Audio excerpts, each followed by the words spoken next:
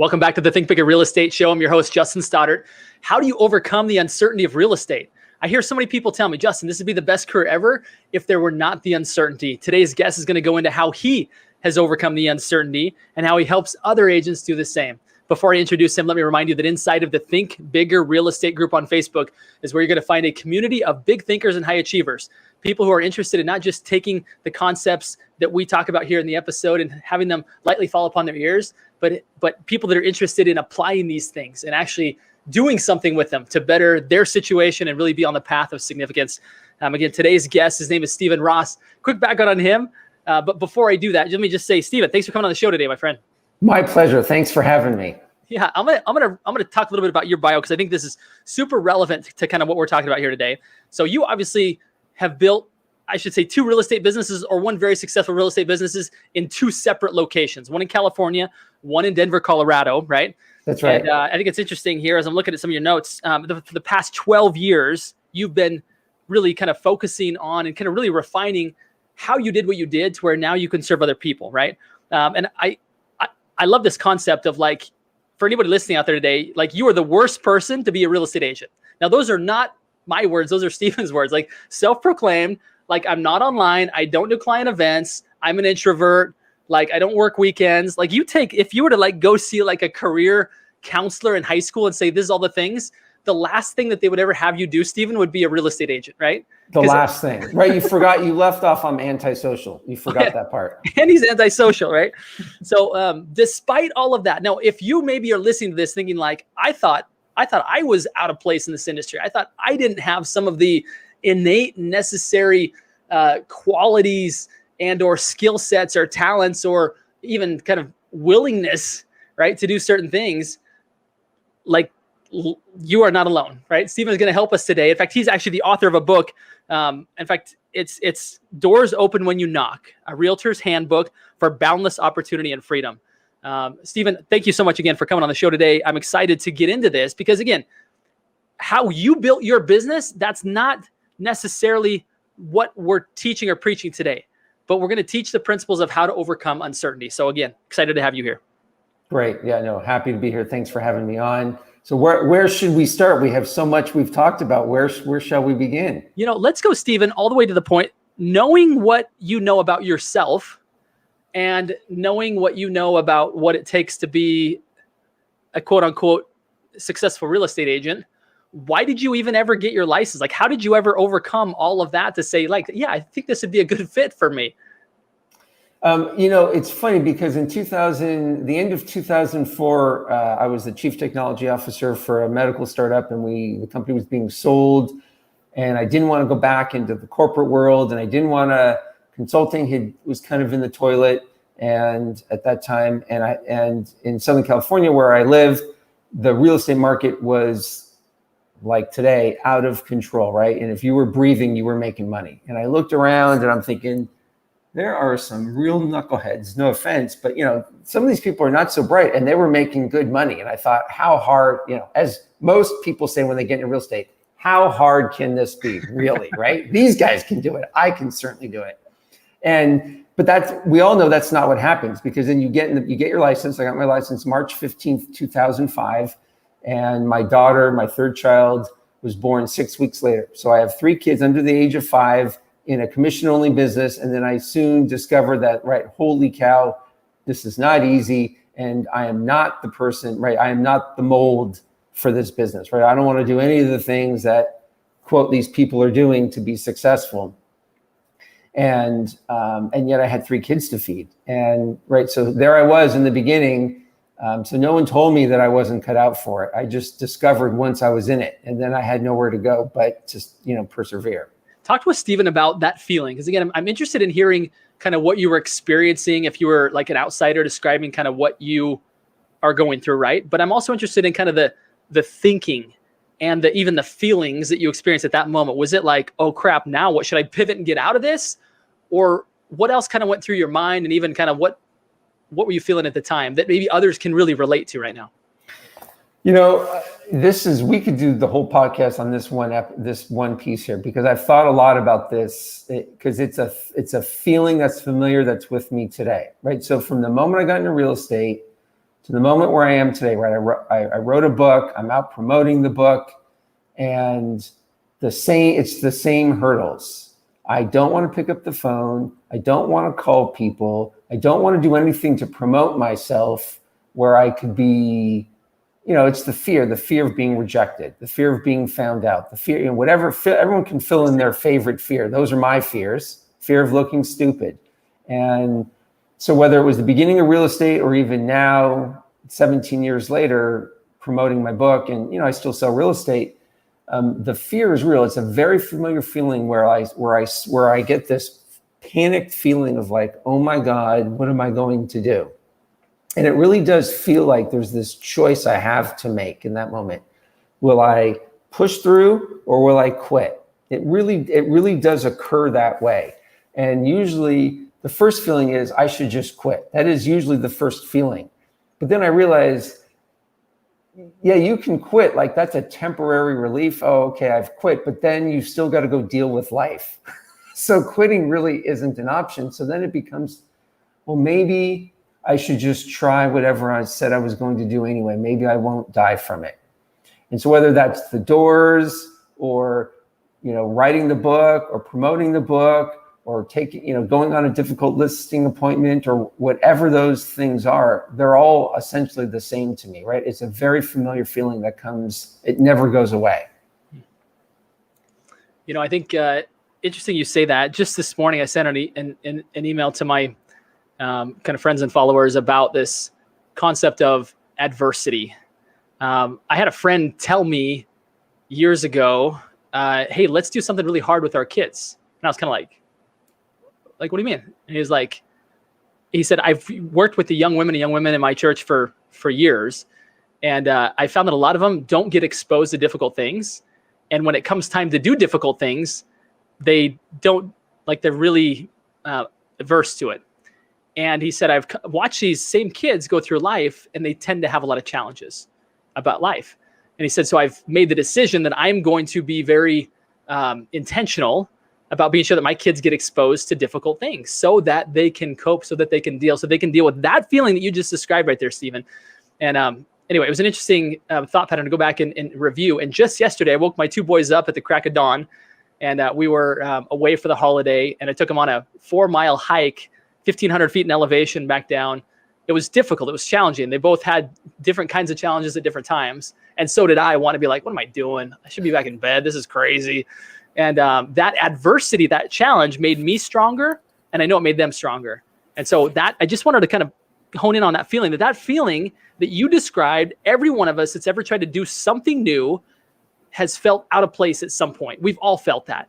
And that's not necessarily a negative thing, right? I think that's what we all have to recognize, that's like sometimes that feeling is to warn us that we're in danger. At other times, it's to warn us that, hey, we're growing, right? And growth is a good thing. So I digress. Keep going. Yeah, well, I mean, that's the perfect thing. I don't really care if you're in year 1 or year 40 of your real estate, anyone who's listening, of your real estate career, it never gets easy. I mean, you just get new problems, right? I know a lot of 40-year veterans and like amazing 40-year veterans, like people who, the best of the best. And it's not any easier, right? It's just different challenges. Yeah. And the thing that they're good at is not giving into them. And so I think the first thing to get is if we're sitting there thinking that they're going to go away, right, that we will arrive. We're going to be waiting a long time because there is no arriving. I love that. You're right. That there is no kind of promised land of adversity-free life. If it is, you're going to be extremely unhappy because it tells me you're not growing, right?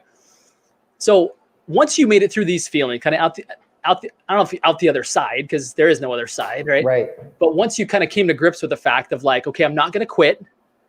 What was your next step? Let's go back. I mean, I know this is not a show about door knocking, and I'm not here to promote that. But the reason I wrote the book and the reason I use door knocking is the simplicity, the metaphor, I think resonates, because most people aren't going to go out and knock on 125,000 doors. So You don't have to, but you can learn from the experience, and people can take the analogy. And when I got into real estate, I had a coach, and he said, it's a simple business, knock on heads, knock on doors, pick one. And I'm thinking, dude, UCLA grad, worked on Wall Street, done startups, like I'm not knocking on doors. But then I realized, right, this is a contact sport, and I don't want to do any of those other things, right? Any of the other social things. So let me try the knocking on doors thing. And right, I was terrible. Like to use a technical term, sucked. Like I was not good at all. Like not good, terrible for a long time. And the one thing I didn't quit. And so I think, the first thing that we need to remember when we talk about this adversity we're talking about overcoming the uncertainty, is to pick a path and be willing to be bad, but be willing and open to improving. And that we still may suck for some amount of time before we get better. And, I think we all want that instant gratification, and the instant gratification has only gotten more real, right? Every year there's more things we can get instantly, where the real joy and fulfillment is not instant. It's not. Something interesting here, pick a path and stick with it, right? It's kind of what I hear you say. And there's, for anybody that doesn't love the kind of social interaction of real estate lead generation, it might be the lesser of two evils. Like, which thing do I dislike the least? It sounds like that for you, it was like, well, I could throw social parties with my friends. For some people, that'd be like, I get paid for that? That sounds amazing. For you, it's like, don't make me do that, right? For you, it was, I'm willing to get up and actually go talk to strangers at their doorstep in order to find listing appointments. And even though that was probably extremely uncomfortable for you, at least at the beginning, you found it to be, hey, I can get up and do this every day. Like if I did this every day, like something is going to happen from this. Yeah, and no, perfect, right? Here's what in that moment, I'm in control of my life, right? I'm not a victim to my circumstances, right? I have a say on how my life goes, because I can't, none of us can control when someone buys and sells, right? You can't make someone buy a house. You can't make someone sell a house. You can make yourself get out and go talk to people. You can make yourself go out and, do open house. You can make yourself go out and do parties, right? I could make myself go out and knock on doors. And I knew that if I talk to enough people, right, even a blind squirrel finds a few nuts, right? And which is what happened, right? I was not very good, and yet still somehow stumbled into business. And then because I was paying attention, I was willing and open to learning, right? I did eventually get better. But it is the process of sticking with it. It's an interesting concept. Again, I've heard agents ask me the question, right? As kind of a coach consultant, they'll say, what should I do to generate more leads? And I say, I think the better question is, what is a proven method? And there are, I could probably think of a dozen, right? That you're willing to get up and do every single day and not quit. And if you'll do that thing, then that is the right answer, right? Tell us the story, if you wouldn't mind. You were, I know, consulting with somebody recently about what they should be doing here over the next little bit, right? Kind of similar conversation I often have, and they kind of their story about kind of what you advise them. You know what I'm talking about? Yeah. So so classic. So here we are. We're recording this here in the beginning of July. I don't know when it'll air, but so we're looking out. It's mid-year point, and we're looking out over the next 90 days. And I was with a group of agents, and one of them raised her hand, and younger woman, not long out of college, smart, the energy, great to be around. No wonder then that she has something like 5,000 Instagram followers. And because she's newer in the business, she had generated a lot of open house and other doing leases and stuff. So she had all these leads. And she says to me, the most important thing I need to do over the next 90 days is I have all these leads. I can't keep track of them. There's too many. It's driving me crazy. And so I'm just going to spend the next 90 days just organizing all these leads. And I said, super. Now, where did the last 5 transactions come from? And she said, I don't remember what the exact number was. It was like, 3 came referrals and 2 came from Instagram or vice versa. It doesn't really matter, right? They came not from the lead pile. Yeah. I said, and how many of those leads have you closed in the last year? She's like, maybe 1. Great. So you're telling me you're going to spend the next 90 days on the thing that has generated almost no business? She's like, well, yeah, it doesn't make any sense, does it? No, it doesn't. What you should be doing is the thing you love and are great at doing, which is talking to people and your referrals and your Instagram following. Go do that. Who cares about the other leads? All right, it was just so classic, right? Let me distract myself away from the thing that's most important. Yeah, funny how, again, some people will say door knocking is the way. Instagram is the way, right? Door knocking is outdated. It doesn't work anymore, right? And the people door knocking saying those people are wasting their time. They're afraid to talk to people. It's all about it's about prospecting, not branding, right? And clearly there's plenty of evidence that it works on both sides. And the question isn't if the plan works, is if you will work the plan. And I love the clarity with which you gave that particular agent of it's quite simple. What are the last 5 deals you closed? Where did they come from? And let's double down on that. Let's be more focused on those things that actually work, because that tells us something. Number 1, it validates it that it works for you. And number 2, it validates that you will actually do it, right? I mean, there's so much evidence already. History is a great teacher of the future. And if we can just do what you just described it there, for everybody that's listening to this, whatever point you're listening to this, ask yourself that question. Where did my last 5 deals come from? And is that where I'm spending my next 90 days, is focusing on that? Yeah. And if you're not, you might have to ask yourself the question, why not? Why not? Is it because my margins are super slim on doing that, and so I've got to create something new? That may be okay. But it's simply because I feel like I need to organize this over here. I feel like I need to do this. There's no feeling. You don't need to feel. It's simply about, let's look at the data and make intelligent decisions about where we should be spending our time. Yeah. And, I'll just take that a step further because, here I am much longer, I'm not new anymore, and I'm not new to Colorado, and I'm pretty established. And over the last few years, one of the things I realized, right, well, I'll say it this way, even as we get more senior or, in our businesses, right, it doesn't mean we still have to be paying attention, because I was still treating every door the same many years into the business. So maybe 5, 6, 7 years ago, I started working the same neighborhoods. And so I would see people I'd be at their door 2 or 3 times a year, at which point I was still treating every door the same. And what I started to realize is, no, once I've met people, it's pretty clear which people are going to work with me and which people are not going to work with me. And wishing the people that were not going to work with me is an enormous waste of my time. And so not being willing, no, I got to treat everyone the same. They might change their mind. I'm really smart. I'm really good. I'm going to convince them. No, I'm not. It's never happened. And so to keep acting as if it would is silly, right? It's just complete fantasy. And, for many of us, right, we got to look at the data, right? As you were just saying, it took me a long time to look at my own data to say, yeah, Stephen, it's not changing. The people who you meet and connect with are the people who do business with you and refer you. The people who are nice and wave their hand, but you have no connection, they never call you, never. And so why are you wasting your time with them?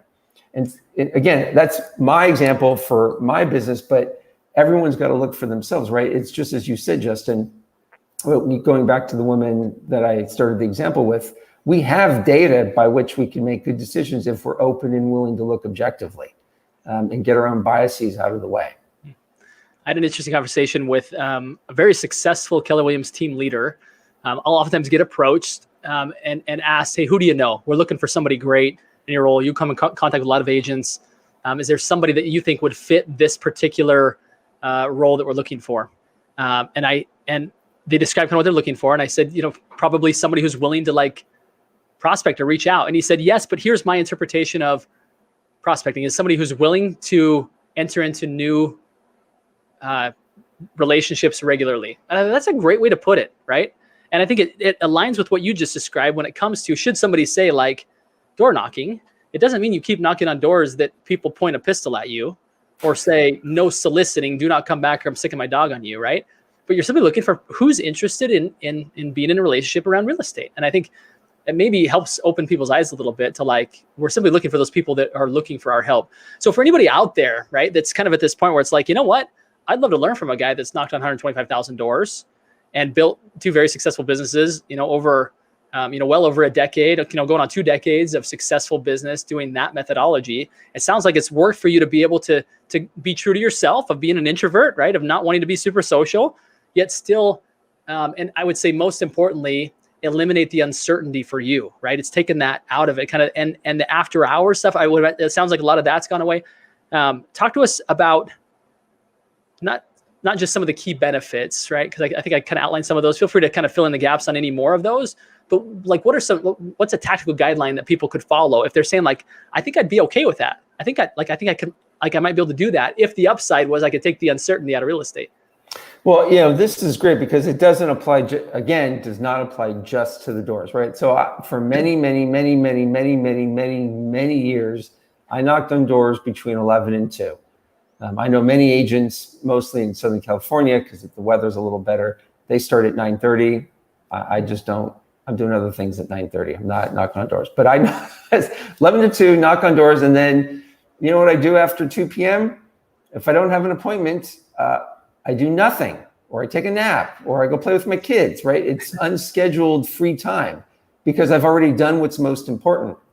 And people can translate that to open house, or they can translate it to, if they are social, I know agents who've built their business through referral networks, right? They spend their time finding key referral partners, whether they be attorneys, accountants, right? So they spend their quality time, finding those key partners.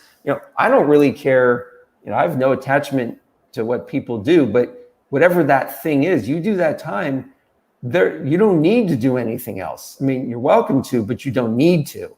And I can say with absolute certainty, right, I don't need to do anything else besides knock on doors. Right? I knocked on doors, and then there was nothing I had to do. Therefore, it gave me the freedom to be.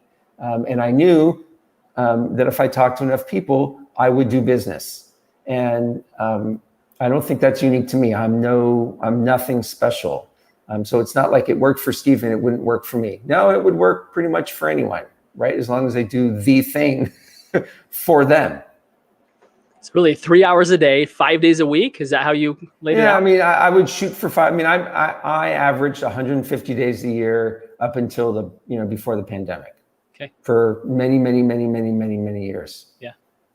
Is there some, and again, we don't need to get entirely into this, but is there like one key lesson that you learned when you're approaching somebody at the door? What's the first thing you said that maybe kind of broke the ice, that caused people to warm up a little bit? Could you give us just a little bit of tactical insight as to how somebody might get started? Yeah, I mean, I think the place to start is where we're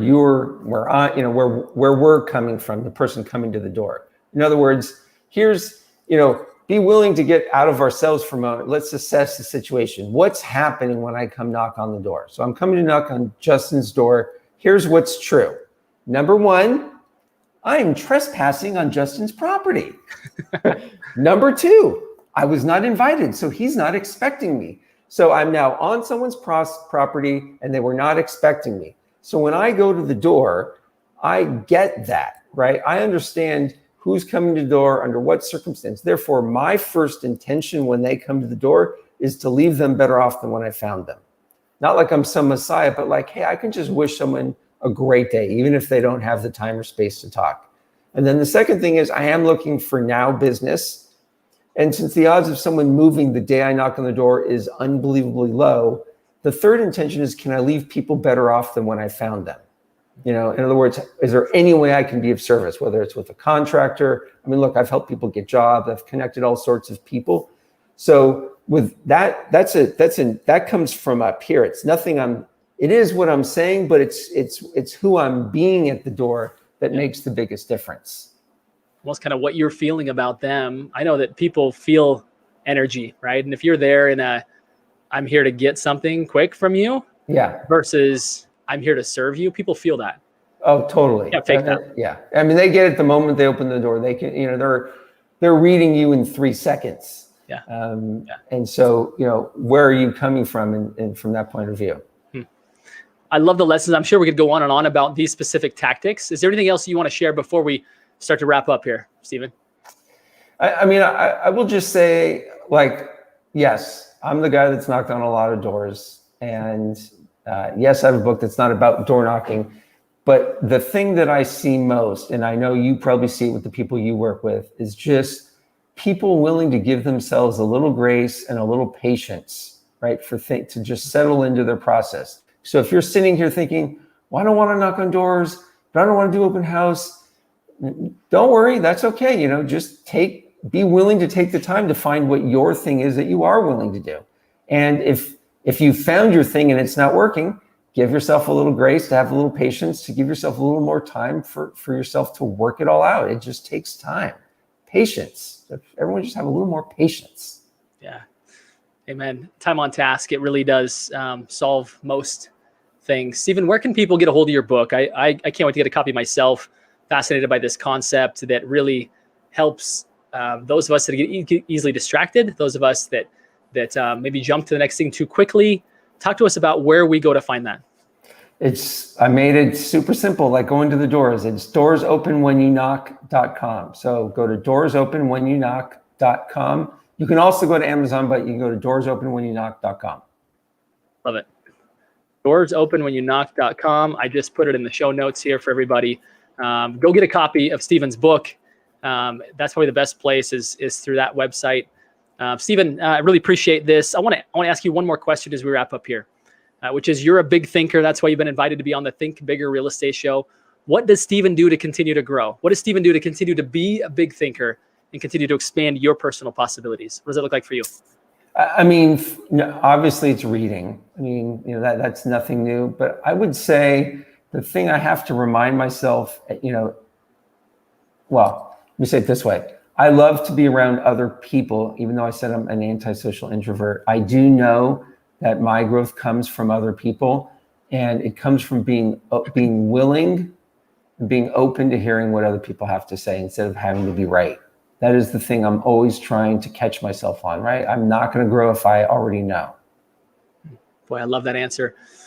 So good. So good. Oftentimes ego does get in the way of so much. And if we can just be open, teachable, it's amazing what can happen. Stephen, Ben, it's such a pleasure to get to know you over our several calls now. It's been fun to kind of hear what you've done by really finding your niche and just owning it and just being okay with the fact that, like, hey, this is my thing and I'm going to do it. And it really has, as we promised it would to the audience, it's really helped take the uncertainty out of real estate for you, which I know for many would be the biggest request they'd have. Like, I love this industry if we just take away the uncertainty. So thank you for being an example of that. Thank you for being a big thinker and for coming on the show today and sharing so much. We appreciate you. My pleasure. And to everybody listening here today, my final request is this: go think bigger. Stephen, appreciate you helping us do that today.